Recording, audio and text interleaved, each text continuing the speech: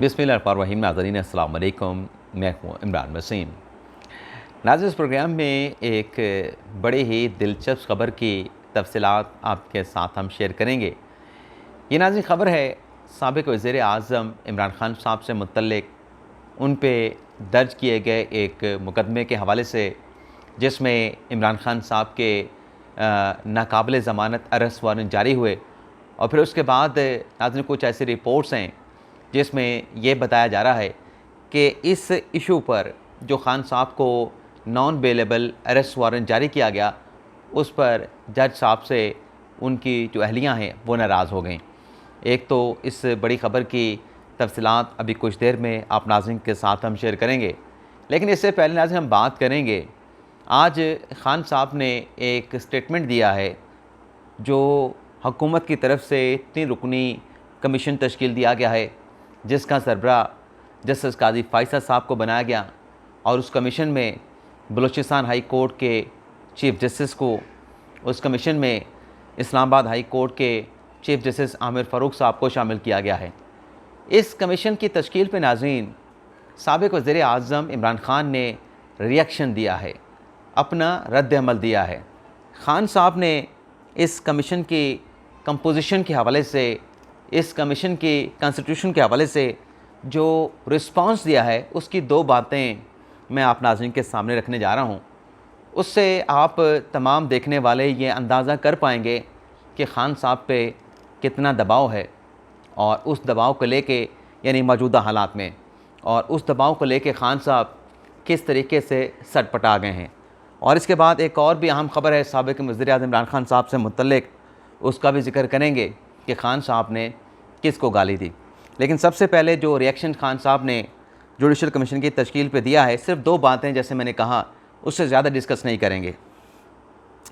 नाज़रीन, ख़ान साहब ने कहा अपनी ट्वीट में कि ऑडियो लीक इंक्वायरी कमीशन के ज़वाबत में कई चीज़ें दानिस्ता छोड़ दी गई हैं।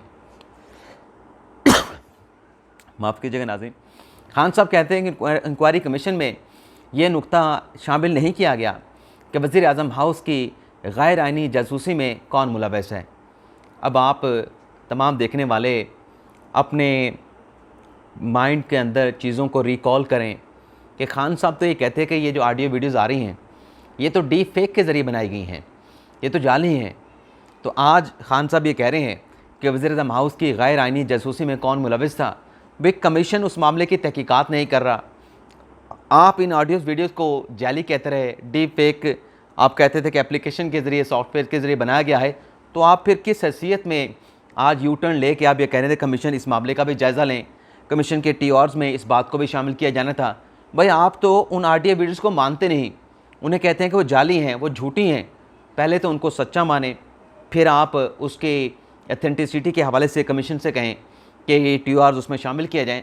और दूसरी नज़र एक और बात भी है, ख़ान साहब जब वज़ीर आज़म हुआ करते थे, मंसूर अली ख़ान साहब के साथ उनका एक क्लिप हमेशा इस तरह की ऑडियोज़ के ऊपर जो है वो सोशल मीडिया पे वायरल होता है, जिसमें ख़ान साहब इस टेपिंग का दिफा कर रहे थे कि मैं वज़ीर आज़म हूँ, पाकिस्तान की IS एजेंसी बिल्कुल ठीक कर रही है, IB एजेंसी ठीक कर रही है, मेरे फ़ोन कॉल टेप करते हैं तो मेरी सिक्योरिटी के लिए किए जाते हैं।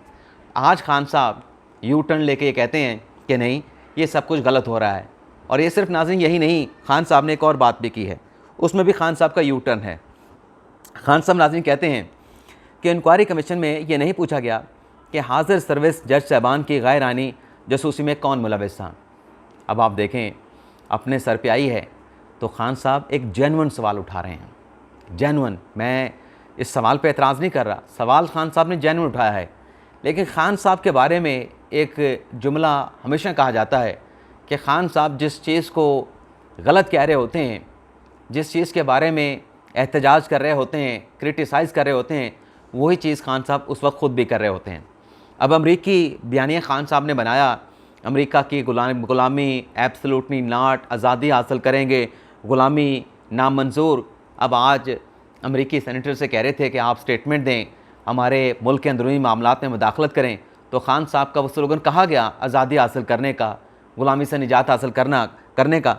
अब ख़ान साहब कहते हैं कि ये सवाल भी शामिल किया जाता कि जज साहबान की जासूसी में कौन मुलव्वस है।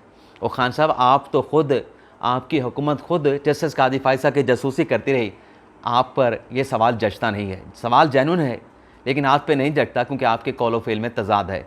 आप आज अपोजिशन में हैं तो आप कह रहे हैं कि जज साहबान की जासूसी किसने की, ये सवाल भी होना चाहिए। लेकिन जब आपको इक़्तिदार की कुर्सी पे, वज़ीर-ए-आज़म की कुर्सी पे बिठाया गया था, आप ये इस किस्म की होची हरकतें खुद कर रहे थे। अब नाज़रीन, खान साहब ने एक जो वीडियो बयान रिकॉर्ड कराया, जो वीडियो एड्रेस किया, जिसमें खान साहब ने पता नहीं क्या बातें की, ज़मीन आसमान के कुलाबे मिला दिए, क्रिटिसाइज़ किया, उसमें नाज़रीन लाइट चली गई। ये कोई पुरानी बात नहीं कर रहा, ये नई बात कर रहा हूँ। खान साहब वीडियो एड्रेस कर रहे थे, उसमें लाइट चली जाती है और लाइट चले जाने के ऊपर खान साहब गाली देते हैं और इत्तेफाक से वो गाली सोशल मीडिया के ऊपर खान साहब की दी गई, वायरल हो गई। तो ये इस शख्स का कितना टेम्परामेंट है, आप अंदाज़ा कर सकते हैं कि मौजूदा हालात में जो खान साहब दबाव महसूस कर रहे हैं, उस दबाव में खान साहब जो हैं वो गालियाँ देना शुरू हो गए हैं। अब आ जाते हैं हमारे जो वीलॉग की सबसे बड़ी और अहम ख़बर, जिसका मैंने ज़िक्र भी किया, इंट्रो आपके साथ शेयर किया। हाजी ख़बर यह है, जो तोशा खाना का मुकदमा था, जिसमें आपने देखा कि बड़े पेस के साथ इमरान खान साहब के ख़िलाफ़ मुकदमा चला। इलेक्शन कमीशन की कंप्लेंट आती है जज ज़फ़र इकबाल की अदालत में और उसे काबिल समाअत करार दिया जाता है। खान साहब को 9 जनवरी 2023 को ज़ाती हैसियत में बुलाया जाता है। खान साहब नहीं आते, इस्तिस्ना की दरख्वास्तें आ जाती हैं, मामला आगे चलता है। जज साहब इमरान खान साहब के नाकाबिले ज़मानत अरेस्ट वारंट जारी कर देते हैं। जज साहब इमरान खान पे फ़र्द जुर्म लगाने का फ़ैसला करते हैं, लेकिन खान साहब पेश नहीं होते। खान साहब 18 मार्च को अदालत में पेश होते हैं, लेकिन खान साहब पे फ़र्द जुर्म नहीं लगती। खान साहब के वकला कुछ एतराज़ात उठाते हैं और फिर वो एतराज़ात जो हैं अगली समाअत के ऊपर टेकअप नहीं होते, बल्कि केस एडजर्न कर दिया जाता है। तो जिस पेस तक ये मुकदमा चलता रहा खान साहब के ख़िलाफ़ 18 मार्च तक, 18 मार्च के बाद वो मुकदमा उस पेस से नहीं चला। अब एक ऑडियो नाज़रीन आती है, सबसे पहले तो इस खबर में उस ऑडियो का जिक्र करना भी ज़रूरी है। ये ऑडियो नाज़रीन जो जज ज़फ़र इकबाल साहब हैं, जो तोशा खाना के मुकदमे की समाअत कर रहे थे, उनके जो अहलियाँ हैं वो किसी खातून के साथ गुफ्तगू कर रही हैं और ये जो नाज़रीन ऑडियो है ये लीक हो जाती है।